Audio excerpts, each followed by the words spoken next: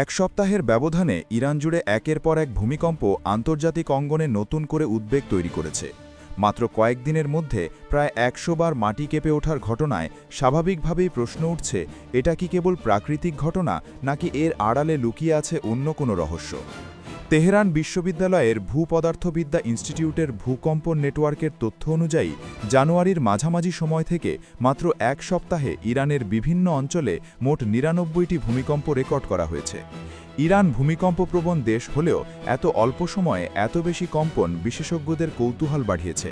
সামরিক বিশ্লেষকদের একটি অংশ মনে করছে, এই ভূমিকম্পগুলোর সঙ্গে ইরানের ভূগর্ভস্থ কার্যক্রমের যোগসূত্র উড়িয়ে দেওয়া যায় না, কারণ দেশটির অধিকাংশ গুরুত্বপূর্ণ সামরিক স্থাপনা, ক্ষেপণাস্ত্র ঘাঁটি এবং সম্ভাব্য পরমাণু সংশ্লিষ্ট অবকাঠামো মাটির নিচে নির্মিত।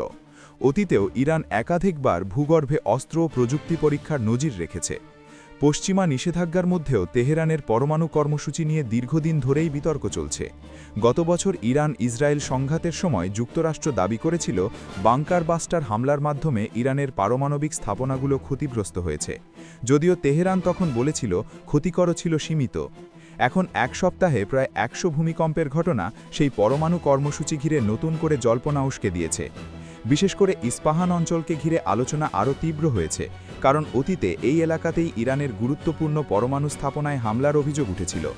সাম্প্রতিক পরিসংখ্যান বলছে, ওই এক সপ্তাহে ৩ মাত্রার নিচে ৭২টি, ৩ থেকে ৪ মাত্রার ২১টি, ৪ থেকে ৫ মাত্রার ৫টি এবং ৫-এর ওপরে একটি ভূমিকম্প হয়েছে।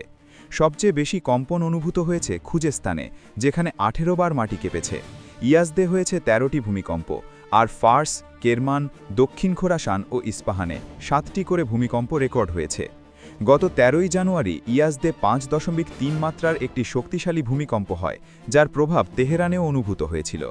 পরিসংখ্যান আরও জানাচ্ছে, ২০২৪ সালের মার্চ থেকে ২০২৫ সালের মার্চ পর্যন্ত এক বছরে ইরান জুড়ে মোট ৬,০০০-এর বেশি ভূমিকম্প রেকর্ড করা হয়েছে, যার মধ্যে অন্তত ১৫০টি ছিল রিক্টার স্কেলে ৪ মাত্রার ওপরে।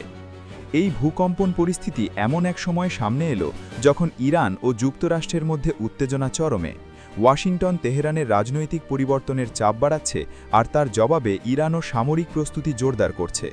মধ্যপ্রাচ্যে ইতোমধ্যে অবস্থান নিয়েছে মার্কিন রণতরী ইউএসএস রুজভেল্ট, পাশাপাশি ইউএসএস আব্রাহাম লিঙ্কন সহ গাইডেড মিসাইল ডেস্ট্রয়ার নিয়ে একটি বড় নৌবহর ইরানের দিকেই অগ্রসর হচ্ছে। এছাড়া মধ্যপ্রাচ্যে আরও উন্নত আকাশ প্রতিরক্ষা ব্যবস্থা বসানোর বিষয়েও ভাবছে যুক্তরাষ্ট্র। এসব পদক্ষেপের লক্ষ্য একদিকে নিজেদের সামরিক ঘাঁটি রক্ষা করা, অন্যদিকে ইরানের সম্ভাব্য প্রতিক্রিয়া ঠেকানো।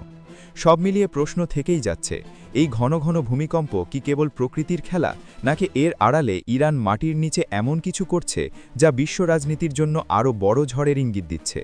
পরিস্থিতি যে কোনো মুহূর্তে নতুন মোড় নিতে পারে তা বলাই বাহুল্য। এই বিষয়ে আপনার মতামত কি? কমেন্টে জানাতে ভুলবেন না। এমন গুরুত্বপূর্ণ ও আপডেট খবর পেতে আমাদের চ্যানেলটি সাবস্ক্রাইব করুন, ভিডিওটি লাইক দিন এবং শেয়ার করে আমাদের পাশেই থাকুন। ধন্যবাদ।